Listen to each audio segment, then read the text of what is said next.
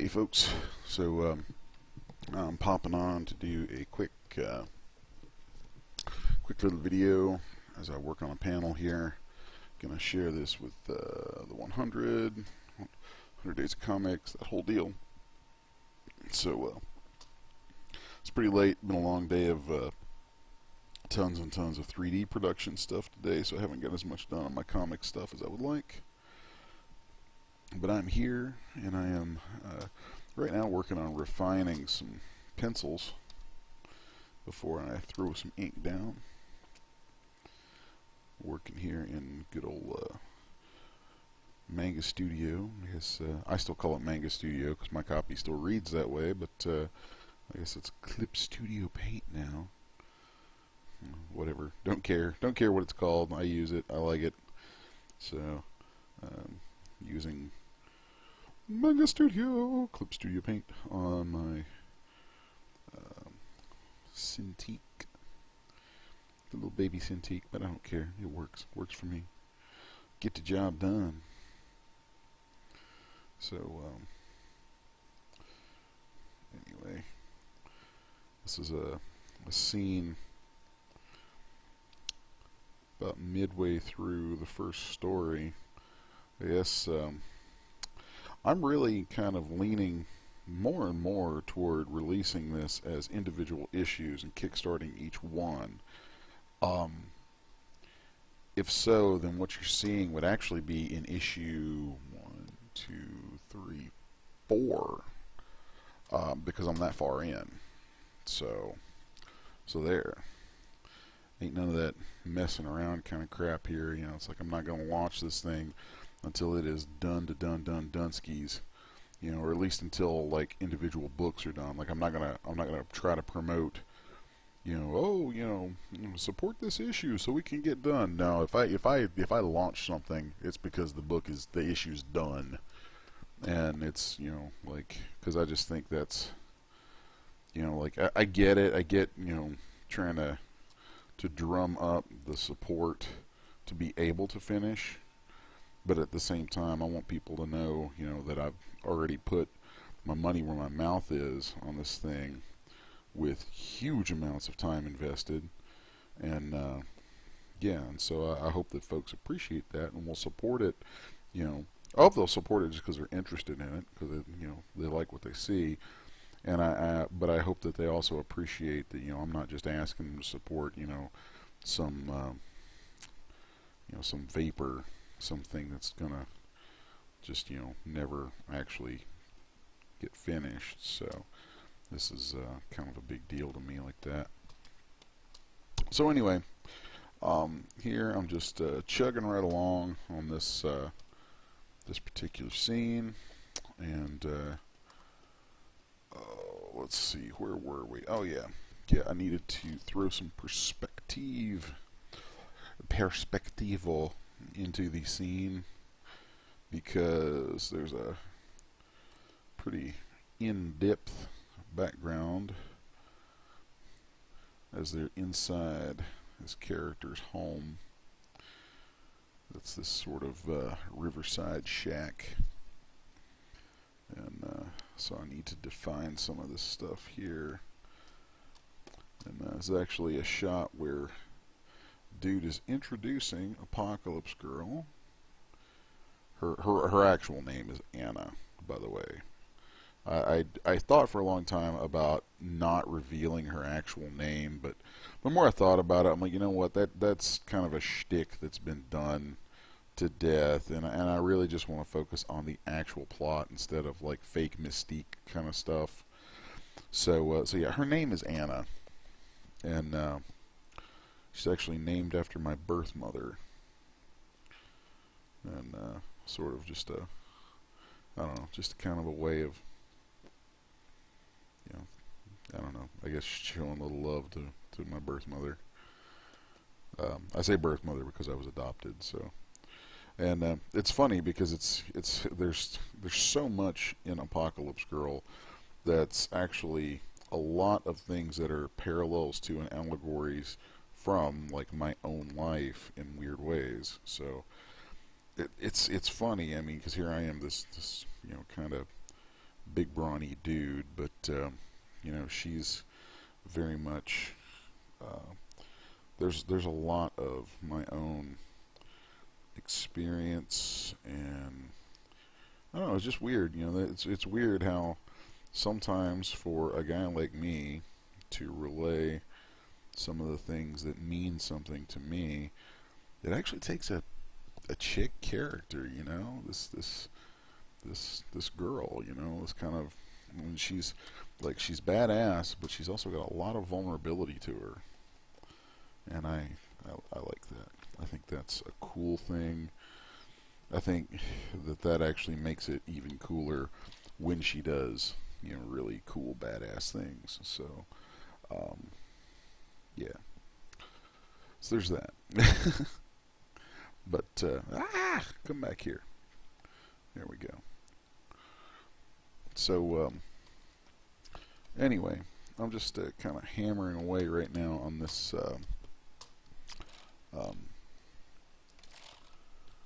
the perspectives to this shot, which, you know, that's a big deal to me. I'm very anal about perspective. It's one of the things I love about Manga Studio, because if I could just quit hitting that thing, it you know, it really lets me do some neat stuff with these perspective tools that it has. It's like stuff that I've done, you know, a bazillion times over traditionally by hand, which is fine on paper. But it's just nice the way that works, you know. It really is. It's really cool stuff. So anyway, here's her crappy new pillow. It's kind of funny, like there's multiple times. It's almost a running theme in the story. And when you get it, you'll see there's this weird theme of where she's gonna sleep. Like in this world, places to rest your head at night safely are rare, and finding something, making something, you know, having someone offer you something, a place to stay, a place that you can be safe, is really a big deal. One of the things that I want to convey in Apocalypse Girl, just as a setting, is this idea of safety.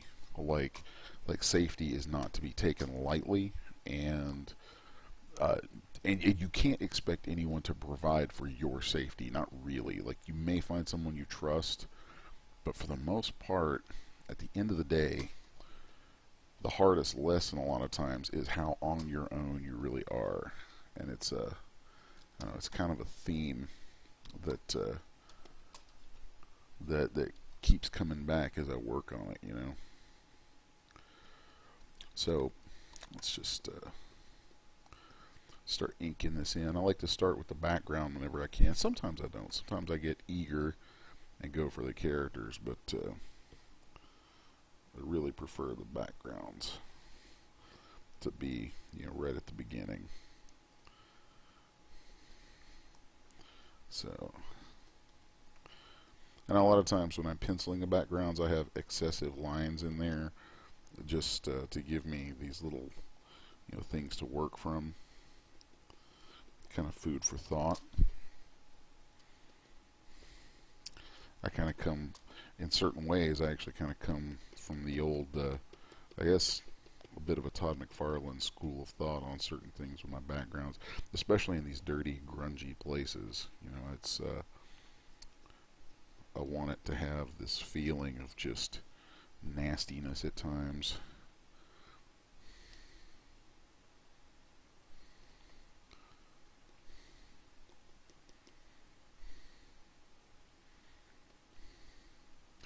So sometimes I like to come back over with some white like that. You know, a little bit of randomness in here. There we go.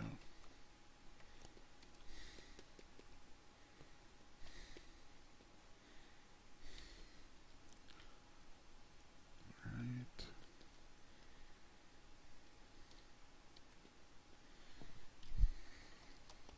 So now let's get the bedding in here.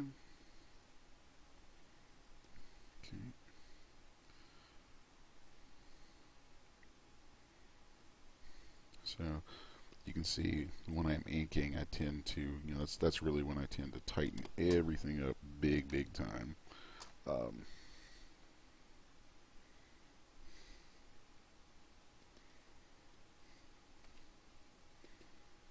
So let's grab all that, kind of finish that bed going down the side there.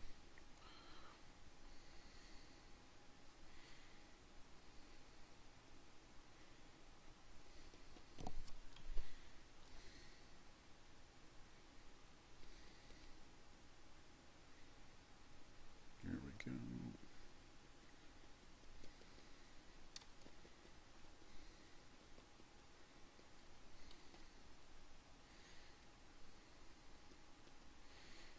go. Sometimes I like these little intentional kind of ink blotty sort of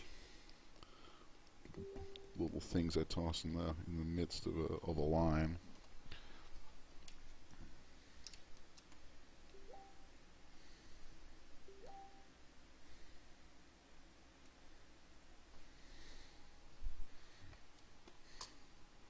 Okay. So let's do that.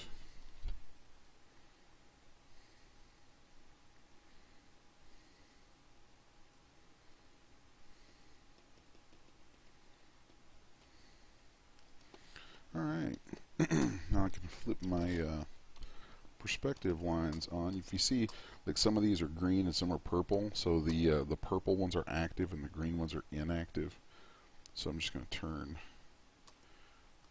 one set off, and then turn this other set here on. There we go. Okay. There's my ink layer. So now we should be locking in right there. There we go.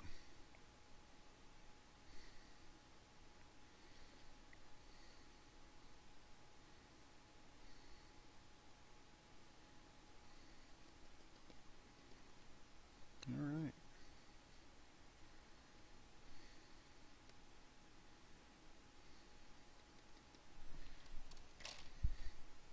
I want to double check and see which pen I'm using. I've got a few pens, preset pens made, and actually sometimes I find myself using, like, not using what I prefer for one job or another, just because I like stop thinking about it, and the results usually aren't too bad either way. But like, just right here, I know that I want this particular technical pen style that I made up. Need to go larger with that. I know I also tend to go kind of I don't know if I'd want to say more detailed, but I tend to do a lot more. I just put a ton into my pages in comparison to what I see a lot of guys doing these days. And I get it, minimal can be really cool because you can get things done really fast, and that's great. Because I mean, none of it really matters if you're not actually getting anything done. That's a fight that I have sometimes with this, because my regular work with 3D manages to pull me away from this more often than I'd like, which is one of the reasons I need to do Kickstarters for this. But what was I saying? Oh yeah, but the just the level of detail thing is something that I don't know. Maybe it's because I was a kid of the '80s, and I grew up, like, I started in comics in the '90s, and I loved the stuff from Image, and I loved all those, just some of the crazy kinds of artwork. It was that artwork that excited me. So, so I tend to sort of go back to hints of that, maybe not. I don't know. I hope that I kind of hide my sources on some things, but but I still there's kind of an image. I don't know. Maybe it's a throwback thing. Maybe I'm just an old fart. Who knows? but there's a certain quality level and intensity and all that kind of jazz that I want to make sure that I keep in my work. You know. So here's where I'll probably start to get a little quieter, because once I get into the characters, that's when I start really getting kind of intense in my concentration, like a lot more than on background stuff.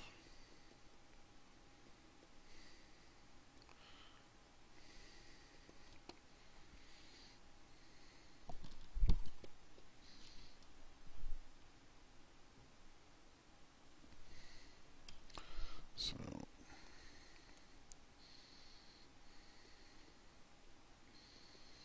there's that. Let's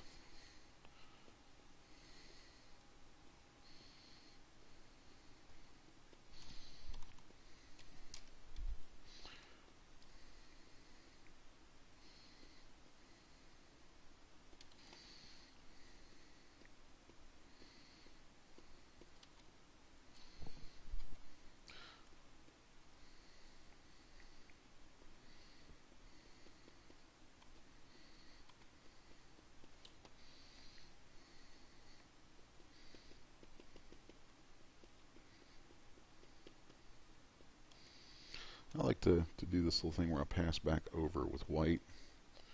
I just kind of build some layers into the hair sometimes. I think it's kind of cool looking. Adds a little more, just, I don't know, more interesting stuff going on.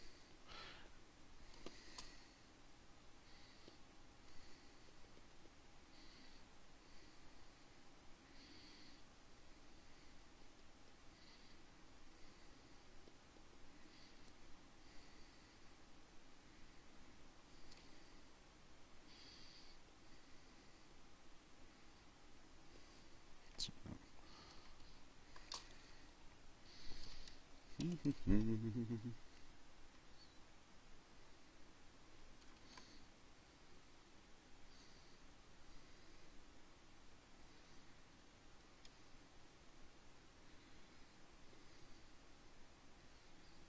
we go. Oh, didn't like that line.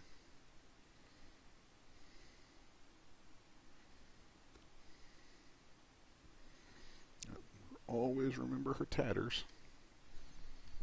So, one of the things I'm looking forward to is that I can tell you, like, her design is not a costume, and I don't want her beholden to this look.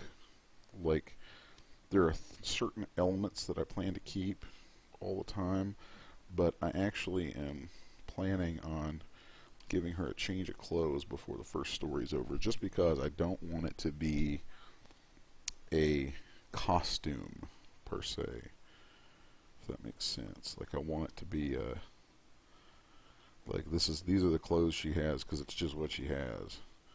And I don't know, it may be a weird sort of thing to have in mind, but it's something that you know, I want to make sure that happens. There's also some things that like, there's ways that I think the change in clothing can reflect certain changes in the character.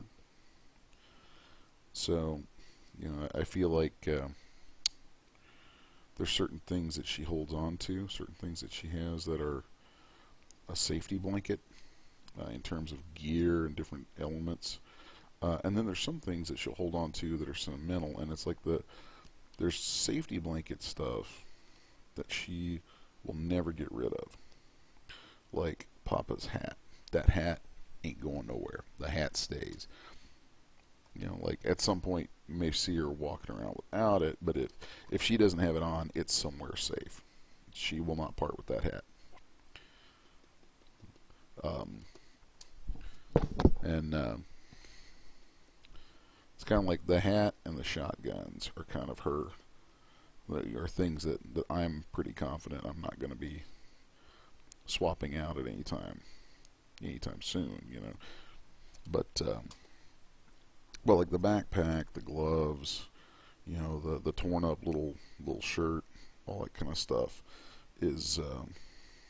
I'm actually looking forward to the part of things where I'm going to be changing some of that up, just because it'll be nice to draw her for a while in some different ways and kind of, you know, flex the character a little bit.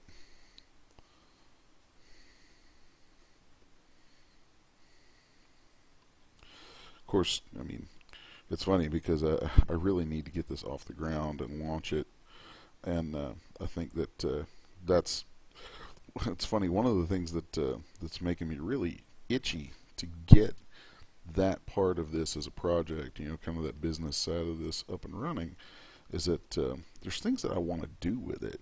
Like there's artwork that I want to do. There's parts of the story that I want to be able to get onto and finish telling. And there's future stuff that I'm hoping it will succeed enough to allow me to do. And in order for that to happen, I need to finally pull the trigger on getting this thing, you know, out there to folks, and you know, and get it going. So,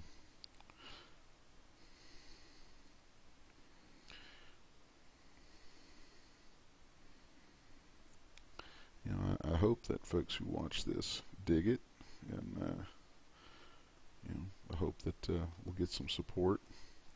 Um, and I'm also very aggressively looking for input from folks who've done Kickstarters, because this will probably be my first. Like I've done work on things that other people have done Kickstarters for that have gone really well. This will be my first project that I'll be running a Kickstarter for, and so I'm really, I think justifiably really nervous about that. So, because I know, you know, you always want to hear about these great success stories on Kickstarter, but also know that for every success story, there's probably a lot more failures out there, and I really don't want it to fail. I mean, I don't know, I kind of have some mitigated expectations, I guess you'd say. You know, like, you know, I'm not expecting it to become like a replacement for my day job anytime soon. I mean, and I'm really lucky to have the day job that I have. I mean, I do artwork anyway for you know, a day job, doing lots of 3D stuff and all that kind of coolness. So, I mean, I can't complain too much about that. But, you know, anyone who's around me for long knows that I'd actually much rather be doing this. So hopefully we can drum up some support and kind of get the ball rolling, so that this can at least become a bigger part of what I do, you know. And that's kind of the idea, kind of the plan here.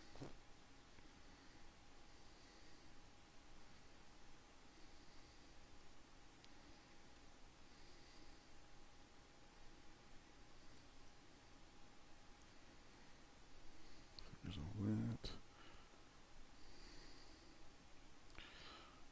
Gotta draw her gun in here. One of her guns. There's actually two of them. The other one's over there. You can't really see it in this shot.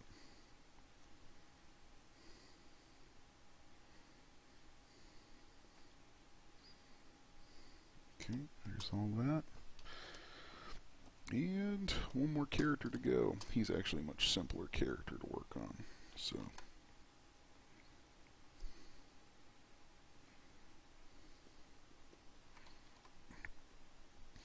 one thing that I do, you know, that I like about working digital, that you don't have so easily with, you know, traditional ink, is that with digital, I have the great luxury of an undo key.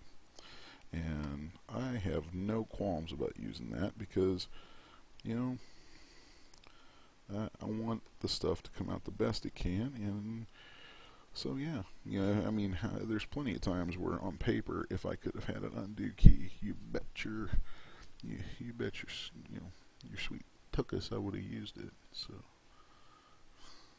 I'm definitely not going to pass up the chance at that here just because I'm, you know, digital.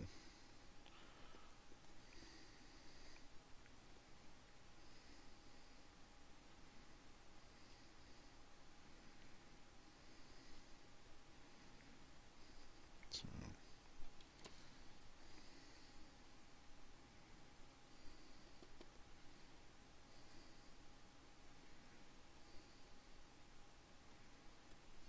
okay.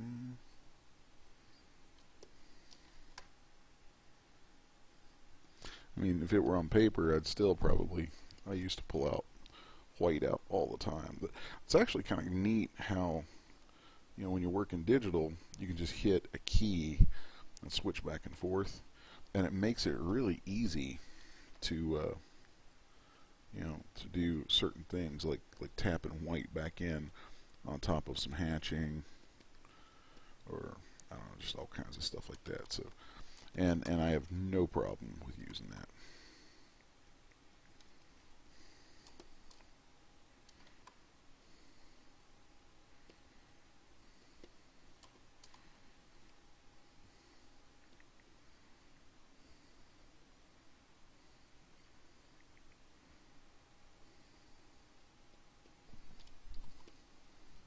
Okay.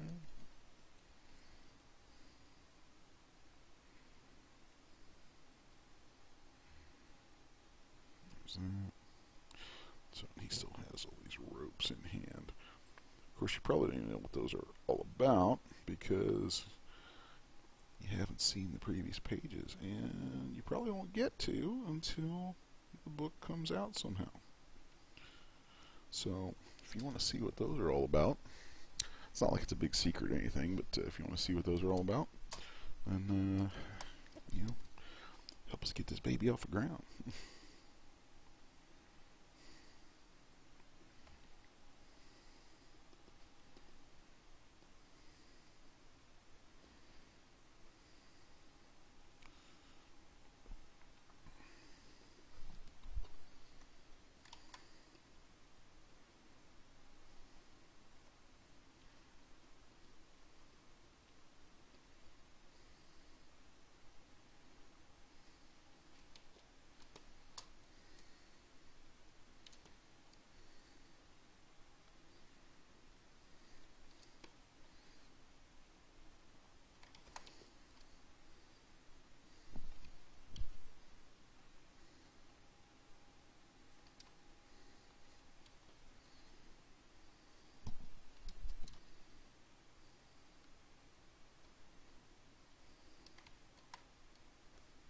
There we go.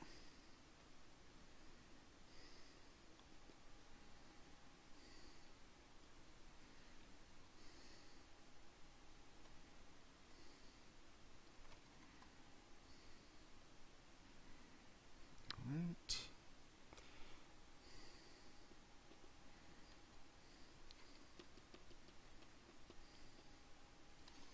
Digging that. I'm good with that. Of course, I don't think that is inside a panel. So we need to make sure that that is actually inside a panel layer where it needs to be. Why is that not inside a panel layer, I wonder? I bet that needs to go inside here.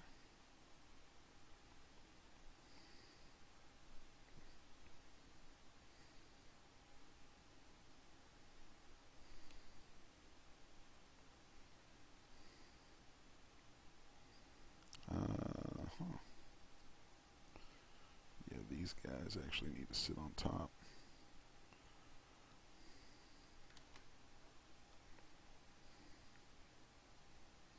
There we go, let's put those back on top.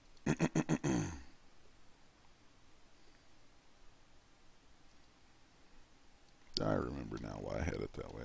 Yeah, I'll throw those inks into that panel layer in a minute. Sometimes I rough my pencils just right on top of everything, and then I'll ink stuff and then just clip it and put it into panel layers after the fact. So that's why, like right here, I'm going to be going over the edges, but eventually they'll just disappear when I shove it inside the layer that it goes in. So not a big deal. I kind of Lost track of myself there for a second. Not a big deal. It ain't no big thing.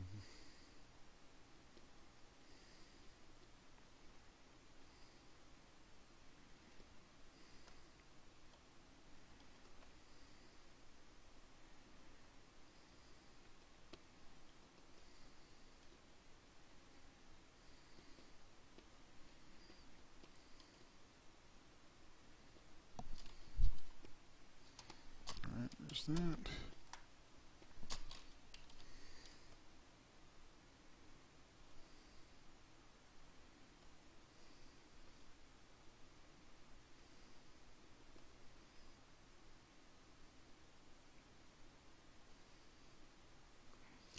Alright, now.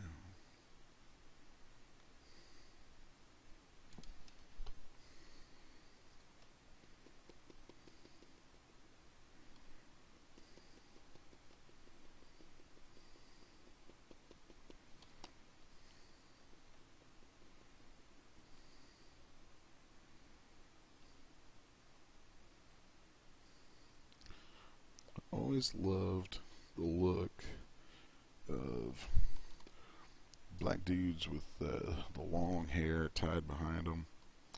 I actually got a couple of friends who I train with in martial arts who wear their hair like that. I just always thought that was super cool. Like back in the 80s, late 80s, when they introduced Bishop into the X-Men, I really loved the look of that character. Loved that kind of hair. So I just kind of borrowed a little bit of it for Abraham here.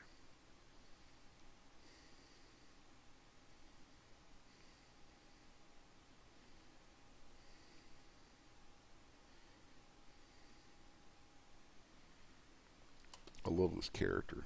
He's like really happy to be far enough along that I'm finally cutting loose on him. He's going to be a fun character for me as this keeps moving on. Just the role that he plays for Anna, and he's such a key character to so many things for her, and yeah, it's going to be fun.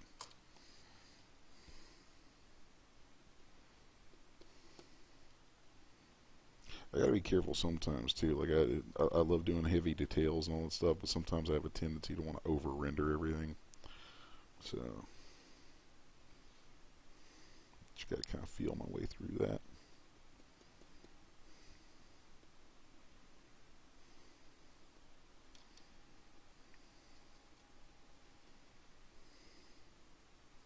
It's funny. I'd love to start yapping about this character, but then there's a lot about him that would give so much of the story away, and we can't have that.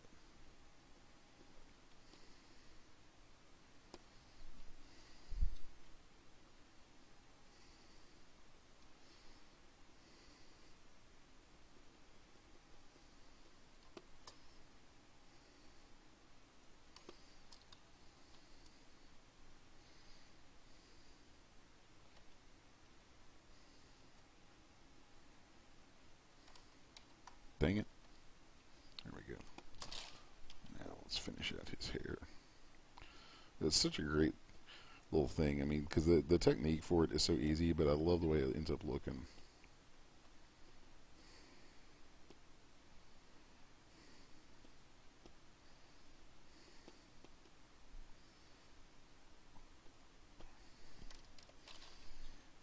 It's great. In the course of the story, he is a guy. When you finally see him in action, man, he is a dude not to be messed with. Not even a little bit. Like there is no playtime with Abraham. This guy is just real deal, down to business.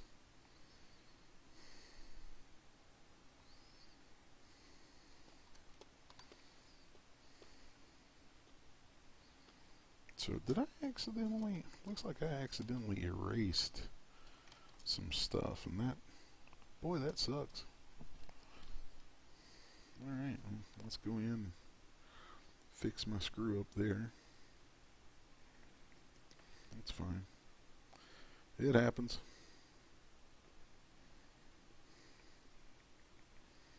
Alright, let's just complete all of that. All that. A few little lines in here just to imply the side of the bed. Alright, so now let's just, I'm going to cut this. Actually, I don't even need to cut it. I'm just going to drag this guy down here. It's going to get covered up by the blue for a minute. What I'm going to do that's going to get rid of that is go to my original rough blue. I'm going to cut that bit out and then paste it underneath. And then I'll go to where I tightened the pencils, cut it, and I'll paste it underneath. And I like to keep my pencil layers even after I've inked it. I mean, I keep them hidden, but I like having those there. So let's come down here. Let's see, do we have, what's on that layer? Okay, there's nothing on that layer that I need now, so I can get rid of that. And cool, that panel is Dunsky. So there you have it. That panel is all done. And that wraps up this video. So hope you dig it. Hope you dig Apocalypse Girl. And keep an eye and an ear out for when we finally, for all this time, I know it's been forever, but I've gotten sidetracked onto a lot of like professional projects with 3D and all that stuff. But this baby is finally going to see the light of day soon. I swear to you. We're going to do the Kickstarter soon. Keep eyes and ears out for that. And you know, remember, like, share, spread this stuff around. Help us get eyes on it. The more eyes we get on the project, you know, the more success we can have when we kickstart it, and that means the more cool Apocalypse Girlness you can have coming your way. So anyway, thanks for watching. Catch y'all later.